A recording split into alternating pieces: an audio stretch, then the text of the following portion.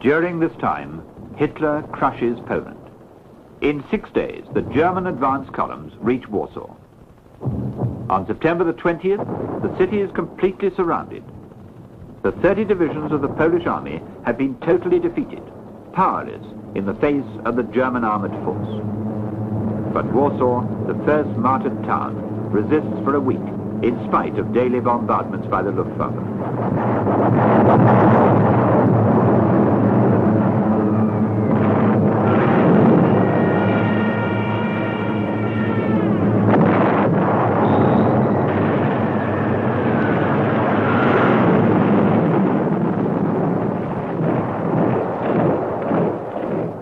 By October the 1st, it's all over. German troops enter Warsaw. This is the first demonstration of the Blitzkrieg, lightning warfare. It's a complete success. Hitler can be triumphant.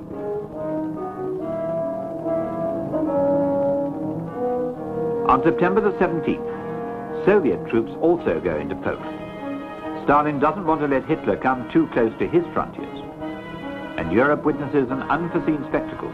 Russians and Germans fraternize around a tract in Russian, which proclaims the German army salutes the Red Army of workers and peasants, for whom it has always had great respect. Poland no longer exists.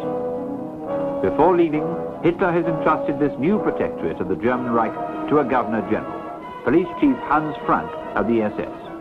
And he gives him a mission: settle the Jewish problem.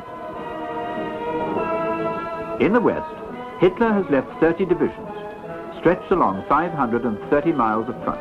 Against them, France has been able to concentrate 85 divisions, a unique opportunity to attack. On September the 5th, Operation Tsar is launched with a great show of publicity. But only 10 divisions advance cautiously on a 12-mile front, going into Germany through the Vance forest. They take 15 days to penetrate 5 miles into German territory without meeting any resistance. The Germans have suffered enormous losses, announced the communiques proudly. In fact, they have less than 200 dead. The truth is that the French commander-in-chief, General Gamelin, doesn't believe in an offensive. After the fall of Warsaw on October the 1st, he orders a withdrawal, at night and in secret. At the time, General Beaufret was a captain at Army headquarters. I must say that, in fact, it is Gamelin and Gamelin alone who carries the responsibility for that farce which was the so-called offensive on the Saar front. The French army could have made a big offensive. Not only could have, but should have, for reasons of morale.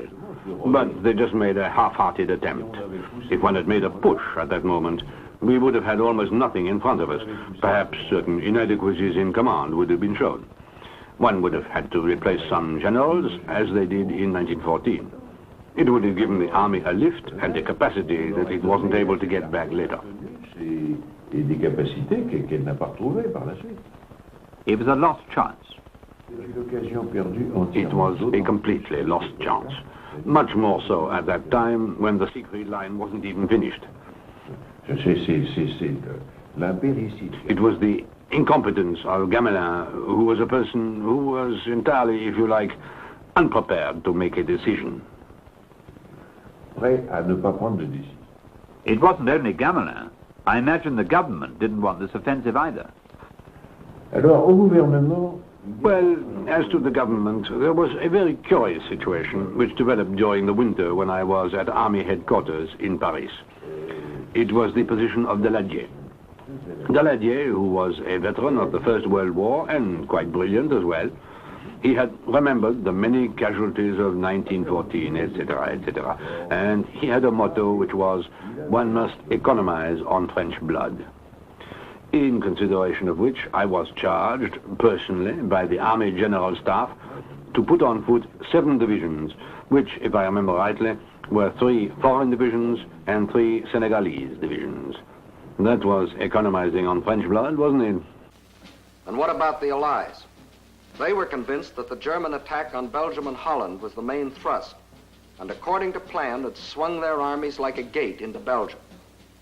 But the attack on Belgium and Holland was only a feint. The main German attack was to be centered where the Allies least expected it, through the Ardennes forest. For this decisive blow, they had secretly assembled the mightiest striking force the world had ever seen, including 45,000 armored vehicles.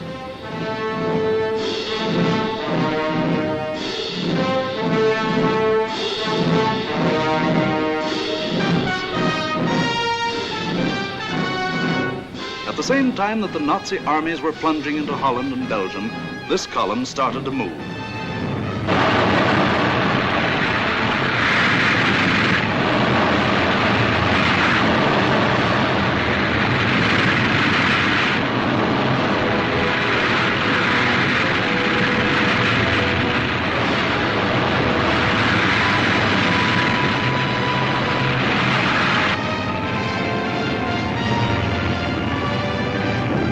Well-trained engineer battalions went first.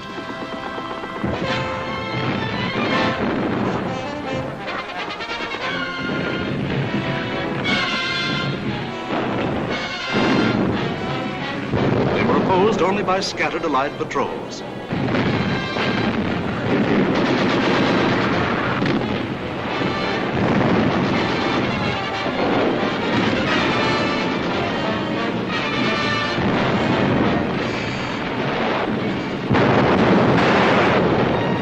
They cleared pathways for the tanks to follow.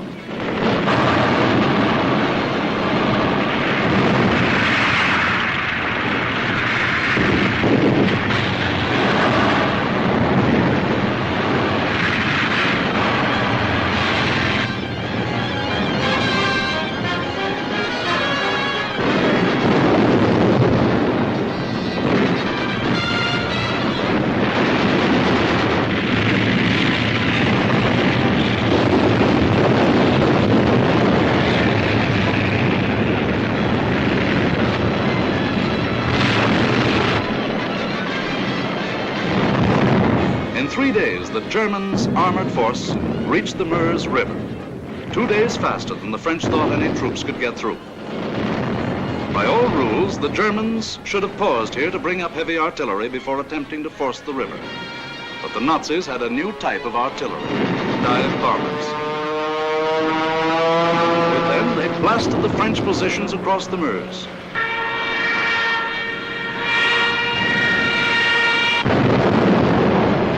With feverish haste, the Germans laid a barrage across the river with anything and everything that would shoot.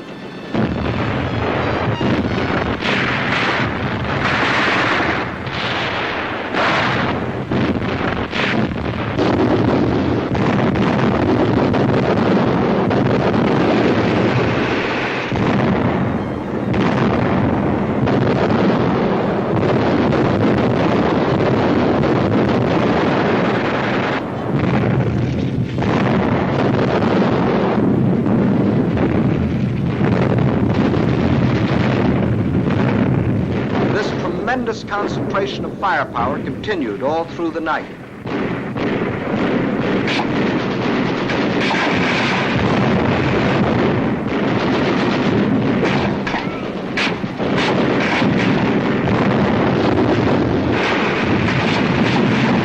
By the following day, shock troops were able to get across the river.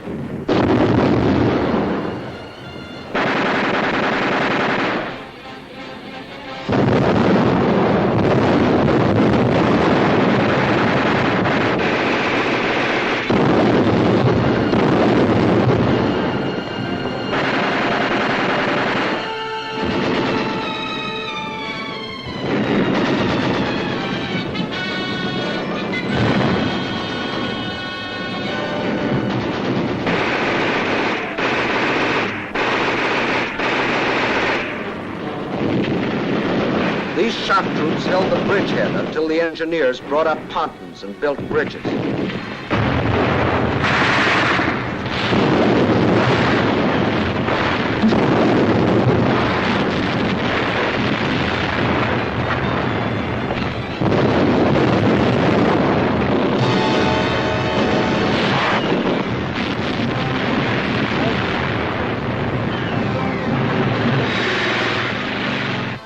then, without wasting a moment, across these bridges, the main armored force of the German military machine rolled through to Sedan for the all-important breakthrough into a dismayed and flat-footed France.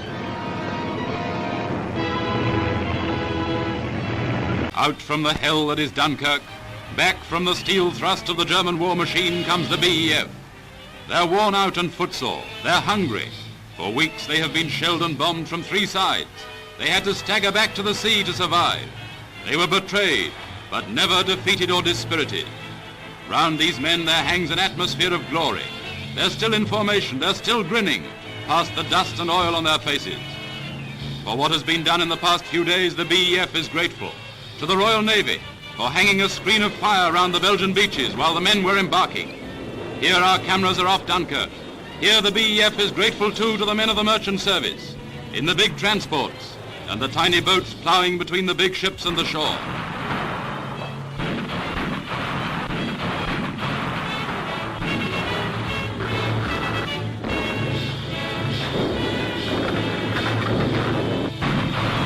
And grateful to the French Navy for standing side by side with our own.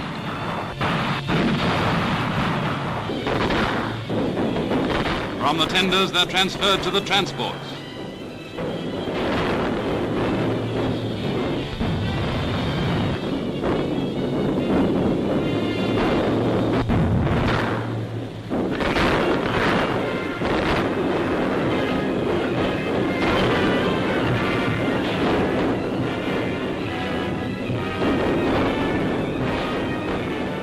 And every Nazi plane has to go through hellfire. The BEF is grateful to the Royal Air Force.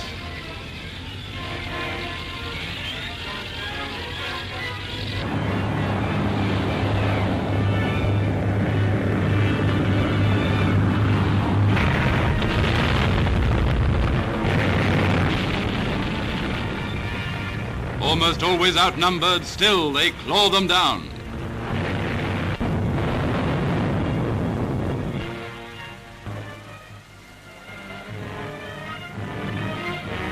Two more. Thanks, pal. Back from the hell that is Dunkirk, day and night the transports are steaming. And as one convoy returns, another is going over to take its place.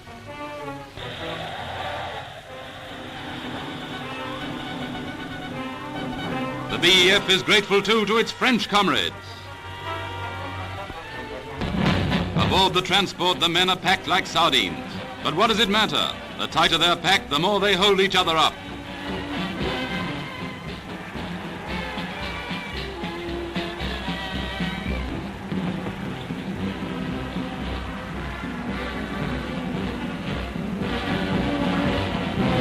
The BEF is grateful to the girls in uniform who stayed with them till the end.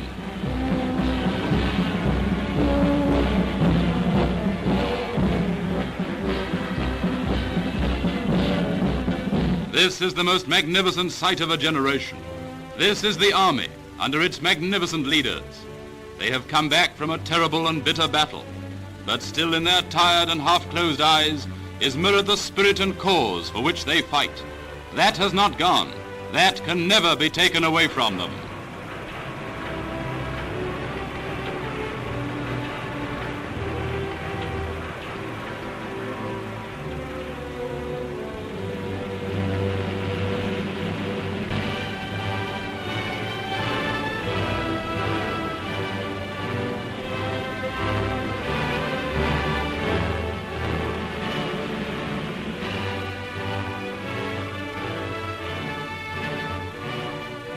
While these men live and breathe, Britain is safe. The enemy will never pass.